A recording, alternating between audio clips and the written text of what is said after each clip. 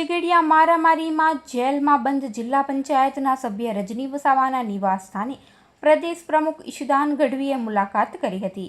ઝઘડિયા જીઆઈડીસીમાં આવેલ મેટ્રોપોલિટન એક્ઝિકેમ કંપનીમાં કામદારોના મોત મામલે ન્યાય અપાવવા ગયેલ ધારાસભ્ય ચેતર વસાવા, રજની વસાવા, પિયુષ પટેલ સહિત 12થી વધુ લોકો પર મારામારી અને પોલીસની કામગીરીમાં રૂકાવટ અંગે ફરિયાદ નોંધાઈ હતી. આ મામલે પોલીસ મથકે હાજર થયેલ જિલ્લા આમ આદમી પાર્ટીના પ્રમુખ પિયુષ પટેલ, જિલ્લા પંચાયત સભ્ય રજની વસાવા અને આપ તાલુકાના પ્રમુખ સર્જન વસાવા 1 મહિનાથી વધુ સમયથી જેલ ભોગવી રહ્યા છે. ત્યારે ભરૂચ જિલ્લામાં આવેલ આમ આદમી પાર્ટીના પ્રદેશ પ્રમુખ ઈશુદાન ગઢવીએ જિલ્લા પંચાયતના સભ્ય રજની વસાવાના નિવાસ સ્થાને ગતરોજ સાંજે મુલાકાત લીધી હતી અને પરિવારજનોને સાંત્વના આપી તેઓના પડખે ઊભી હોવાના આશ્વાસન આપ્યા હતા. ભાઈ, આજે રજનીભાઈ ત્યાં મુલાકાત લીધી, પરિવારને શું હતું કેવી?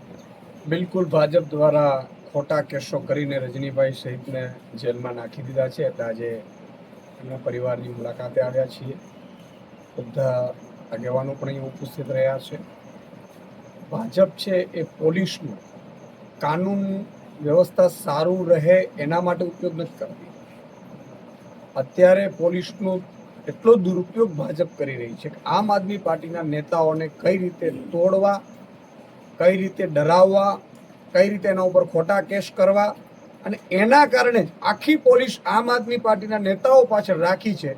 એટલે કાનૂન વ્યવસ્થા જળવાતી નથી. એટલે તમે જુઓ, રોજ બળાત્કાર થાય છે, હત્યાઓ થાય છે, લૂંટ છે, ચોરી છે, આખું જંગલરાજ થઈ ગયું છે ગુજરાતમાં.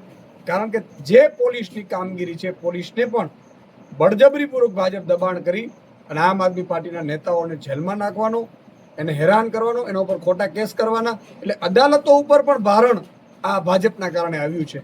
કારણ કે ખોટા કેસો આમ આદમી પાર્ટીના કરાવડાવે છે, એટલે અદાલતો ઉપર ભારણ આવ્યું, પોલીસ ઉપર પણ ભારણ આવ્યું. એટલે સમગ્ર વહીવટી તંત્રને ખોરવી નાખ્યું છે ભાજપે. ગુજરાતની જનતાને, સાથે સાથે અંબાજીથી ઉમરગામ સુધી રહેતા આદિવાસી સમાજના યુવાનોને અને ખેડૂતોને કહેવા માંગુ છું કે હવે બહુ થઈ આંદોલન, બહુ થયો ભાજપનો અત્યાચાર, બહુ થઈ આપણી રજૂઆતો, બહુ થઈ આવેદનપત્ર.